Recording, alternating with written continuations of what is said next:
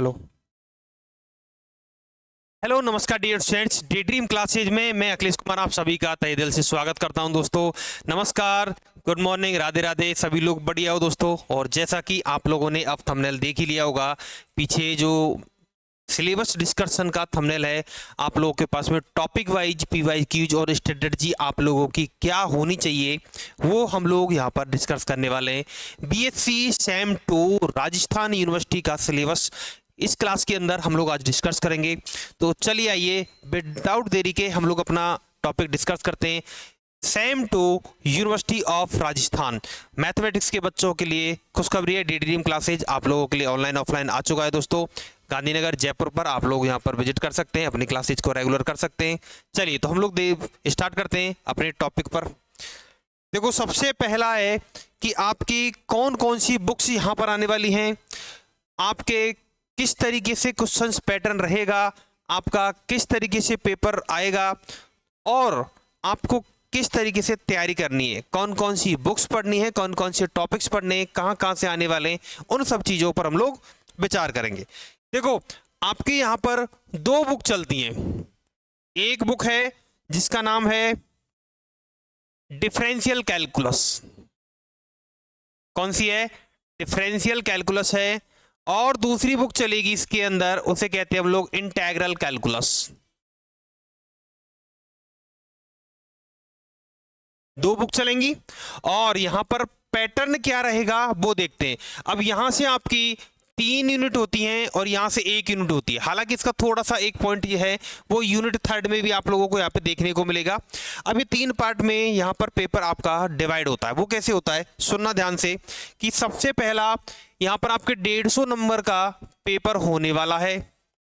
इस 150 नंबर में से आप लोगों को CA मिलेगा 30 अंक का।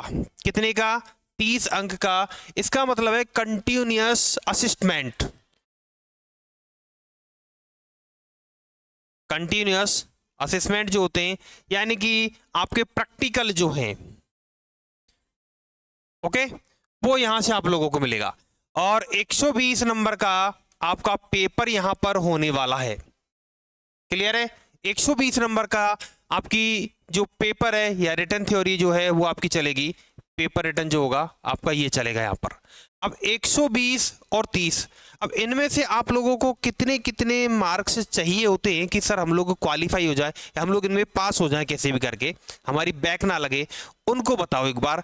तो कुछ बच्चों को थोड़ा भ्रम रहता है कि सर हम लोग इतने कर ले इतने करने, लेकिन मैं बता दूं उन बच्चों के लिए कि 30 नंबर में से आप लोगों को 40% चाहिए होता है। यानी कि टोटल आप लोगों को 12 अंक पासिंग मार्क चाहिए। यहां पर कितने चाहिए? 12 अंक चाहिए होते हैं। ठीक है, 40%। और जब मैं 120 नंबर की बात करता हूं तो ये 120 आप लोगों के 3 पार्ट्स में डिवाइड होते हैं। कितने पार्ट्स में? 3 पार्ट्स में डिवाइड होते हैं। 3 पार्ट्स में एक पार्ट होता है A, एक पार्ट होता है B और एक पार्ट होता है C।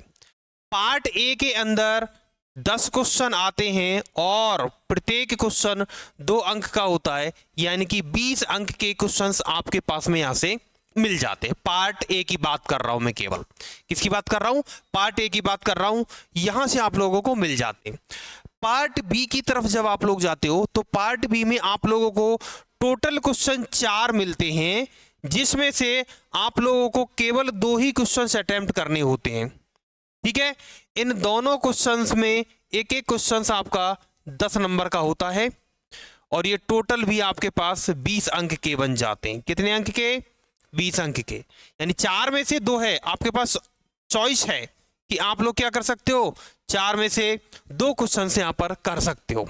ठीक है, अच्छा, जब मैं पार्ट सी की तरफ जाता हूं, पार्ट सी की तरफ जाता हूं तो यहां पर आप लोगों को 8 क्वेश्चन मिलते हैं। कितने क्वेश्चन मिलते हैं? 8 क्वेश्चन मिलते हैं। और इन 8 क्वेश्चंस में से भी आपके पास में चॉइस होती है कि आप लोग 4 क्वेश्चंस ही अटेम्प्ट करने आप लोगों को। यहां पर भी आप लोग 4 क्वेश्चंस अटेम्प्ट करते हो, 4 क्वेश्चन यहां पर लेते हो और प्रत्येक क्वेश्चंस 20 नंबर का होता है। तो यहां पर ही आप लोगों को 80 अंक का मिल जाता है। कितने अंक का? 80 अंक का। और टोटल आपके पास में टोटल आपके पास में ये यहाँ पर 120 नंबर हो जाते हैं। कितने अंक हो जाते हैं? 120। अब इस 120 में से आप लोगों को पासिंग मार्क चाहिए होता है। बच्चों को क्या चाहिए कि सर हम किसी भी तरीके से पास हो जाए। तो 120 में से अगर यदि मैं इसका 40% निकाल दूं तो इसका जो 40% है वो होता है भाई 48। कैलकुलेट करके देख लेना, 120 गुणा 40/100 रेशियो वाली फॉर्मूले से हम लोग इसको चेक कर सकते हैं कि 48 मुझे अंक चाहिए ही चाहिए पास होने के लिए। सर इतनी तो मुझे लेके आने, और हम लोग आपको 120 में से गारंटी के साथ 110 प्लस, या किसी बच्चे की अगर यदि वीकनेस है तो 110, ठीक है, 100 के अबाउट बात कर लूं मैं, केवल 100 नंबर तो आप लोगों के क्लियरली मिल जाएंगे आप लोगों को डायरेक्टली। और पेपर पैटर्न में जो क्वेश्चंस आप लोगों को करवाए जाते हैं वो डायरेक्टली आप लोगों को उसी की तरीके से मिलते हैं, ठीक है। चलिए तो मैं बात करता हूं एक बार अब सिलेबस की, कि इसमें 4 यूनिट आने वाली है। कितनी यूनिट आएंगी? 4 यूनिट आएंगी। इन चारों यूनिट्स को देख लेते हैं एक बार हम लोग कि 4 यूनिट हमारी कौन कौन सी होंगी। जब एग्जाम एनुअल हुआ करते थे, जब एग्जाम वार्षिक हुआ करते थे, तब आपकी 5 यूनिट आती थी। कितनी यूनिट आती थी? 5 आती थी। और प्रत्येक यूनिट से 2 क्वेश्चन आते थे। एक अथवा के अंदर आता था, फिर दूसरी वाली यूनिट से भी 2 क्वेश्चन आते थे, उसमें भी अथवा आता था, यानी कि कोई भी एक कर सकते हो। फिर तीसरी वाली में सेम, चौथी और पांचवी, उन पांचों की पांचों यूनिट्स में आप लोगों को अथवा मिलता था। लेकिन अब जब सेमेस्टर आ गया है तो अब आपको क्या कर दिया गया है, थोड़ा सा बुक्स का कंटेंट कम कर दिया गया है, यूनिट्स बना दी गई हैं, और यूनिट्स अब आपकी 4, 5 की जगह अब कितनी हो गई? यूनिट्स 4 हो चुकी है। अब पहली यूनिट जब आती है तो पहली यूनिट की मैं बात करता हूं, यूनिट नंबर फर्स्ट। अब ये पूरी डिफरेंशियल कैलकुलस पर आधारित है। किस पर आधारित है? डिफरेंशियल कैलकुलस पर। ओके, अब डिफरेंशियल कैलकुलस का जो चैप्टर नंबर 1 है और साथ में चैप्टर नंबर 2 है और चैप्टर नंबर 3, ठीक है, चैप्टर 1, 2, 3, ये 3 चैप्टर हैं आपके। इन तीनों चैप्टरों को मैं अलग अलग डिवीजन में बांट रहा हूं। यहां स्टार्ट होता है भाई टेलर्स थ्योरम से। टेलर्स के बाद मैक्रोलिन थ्योरम्स पढ़ते हैं, कुछ power series expansion of functions, यानी कि कुछ मेरे पास एक्सपेंसिव फंक्शंस होंगे, उनको मैं यहां पर पढ़ूंगा उस पावर सीरीज के अकॉर्डिंग। कौन कौन से होंगे? जैसे सर कोई भी ट्रिग्नोमेट्रिक फंक्शंस ले लो, एक्सपोनेंशियल फंक्शन ले लो, लॉगरिथमिक फंक्शन ले लो, या फिर मेरे पास में कोई भी अलजेब्रिक फंक्शन भी हो सकते हैं, ठीक है। उनको मैं किस तरीके से पावर सीरीज के अंदर कन्वर्ट करूंगा। तो एक्चुअली में ये पूरा जो टॉपिक है ये आप लोगों को समझ में आ गया होगा कि सर ये पूरा टॉपिक सीरीज से रिलेटेड होने वाला है, अर्थात श्रेणी हम लोग कैसे बनाते हैं, और ये श्रेणी केवल पावर या घात श्रेणी वाली है। कैसी है? घात श्रेणी वाली है, ठीक है। एक आपका चैप्टर ये हुआ। दूसरा जो चैप्टर है, इस दूसरे चैप्टर की बात करूं तो derivative of length and an arc, derivative of length of an arc, ठीक है, यानी कि चाप कलन जो है वो यहाँ पर क्या होगा, चाप जो लंबाई होगी वो क्या होगी यहाँ पर, उसका डेरिवेटिव क्या होता है। दूसरा है पैडल इक्वेशन। कौन सा है भाई? पैडल इक्वेशन, यानी कि पदिक समीकरण। इसे क्या कहते हैं? पदिक समीकरण कहते हैं, पदिक समीकरण। ओके, फिर आता है मेरे पास कर्वेचर, अर्थात इसे कहते हैं हम लोग वक्रता। हिंदी मीडियम वाले बच्चे, इंग्लिश मीडियम वाले चिंता ना करें, दोनों ही लैंग्वेज में क्लासेज है। अगली है वेरियस फॉर्मूलेज, कुछ इसके फॉर्मूलेज वगैरह है, ठीक है। फिर बढ़ जाते हैं हम लोग सेंटर ऑफ कर्वेचर, अर्थात वक्रता केंद्र की तरफ। क्या कहते हैं इसको? इसको कहते हैं भाई वक्रता केंद्र। और वक्रता केंद्र के बाद हम लोग बढ़ जाएंगे वक्रता जीवा की तरफ, अर्थात कॉर्ड ऑफ कर्वेचर, वक्रता जीवा की तरफ बढ़ चुके। यह आपका 2 यूनिट हो जाती हैं। Derivative of length of an arc, pedal equation 1 unit है और ये वाली दूसरी यूनिट है। ओके, तो यहां पर मेरे पास 3 चैप्टर यहां पर मिलते हैं यूनिट फर्स्ट के अंदर। डिफरेंशियल कैलकुलस की बुक है, मैं जेपीएच की बात कर रहा हूं, जयपुर पब्लिशिंग हाउस की बात कर रहा हूं, क्योंकि राजस्थान के अंदर केवल ज्यादातर 2-3 बुक ही चलती हैं जिनमें बच्चे जो हैं वो जेपीएच ही ज्यादा प्रेफर करते हैं पढ़ने के लिए। यूनिट 2 की बात करता हूं तो यूनिट 2 में हमारे पास चैप्टर नंबर 5 है आपका, चैप्टर नंबर 5 है आपका बुक का, जिसमें आप लोगों को पार्शियल डिफरेंशिएशन पढ़ना होता है, अर्थात आंशिक अवकलन कहते हैं इसको, अर्थात क्या कहते हैं इसको, आंशिक अवकलन कहते हैं।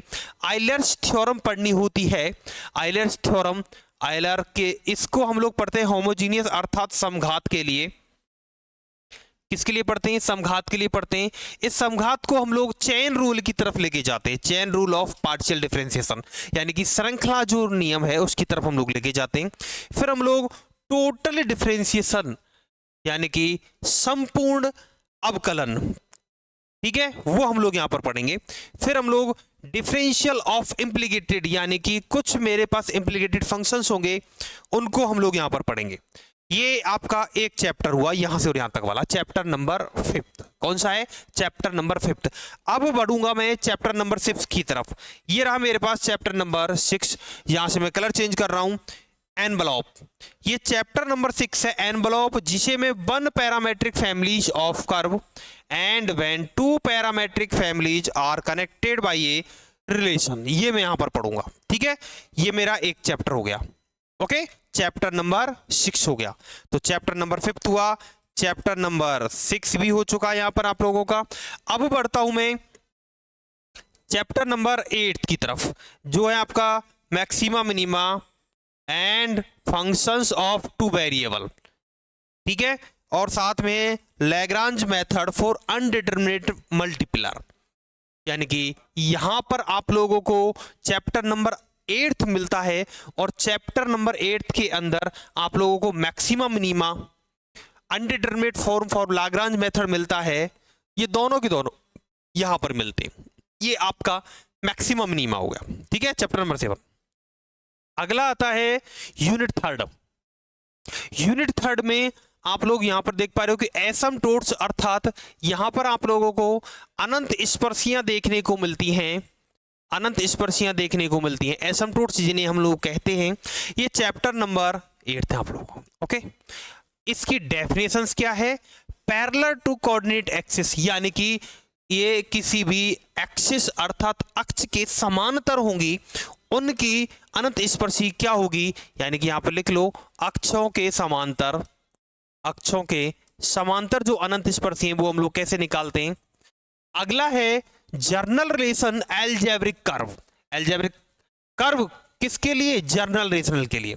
ठीक है, यहां पर हम लोग इनको पढ़ेंगे। फिर उसके बाद हम लोग इसके इंस्पेक्शन मेथड की तरफ बढ़ जाएंगे, अर्थात इसे कहते हैं हम लोग भाई निरीक्षण विधि। क्या कहते हैं? निरीक्षण विधि कहते हैं। इसकी तरफ हम लोग बढ़ जाएंगे।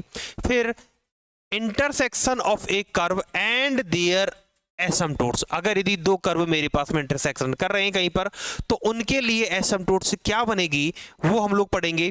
फिर ये आपका चैप्टर नंबर नेक्स्ट स्टार्ट हो गया, जिसे मल्टीपल पॉइंट अर्थात बहुल बिंदु कहते हैं हम लोग। क्या कहते हैं भाई? बहुल बिंदु कहते हैं, बहुल बिंदु कहते हैं। बहुल बिंदु की तरफ बढ़ जाएंगे। चैप्टर नंबर 9 है ये आपका। कौन सा है? चैप्टर नंबर 9 है, इसको हम लोग यहां पर पढ़ेंगे। ठीक है, फिर बढ़ेंगे हम लोग चैप्टर नंबर 10 की तरफ, और ये आपका चैप्टर नंबर 10 स्टार्ट हो गया। और इस चैप्टर नंबर 10 में हम लोग पढ़ेंगे वक्र अनुरेखण। क्या पढ़ेंगे? वक्र अनुरेखण।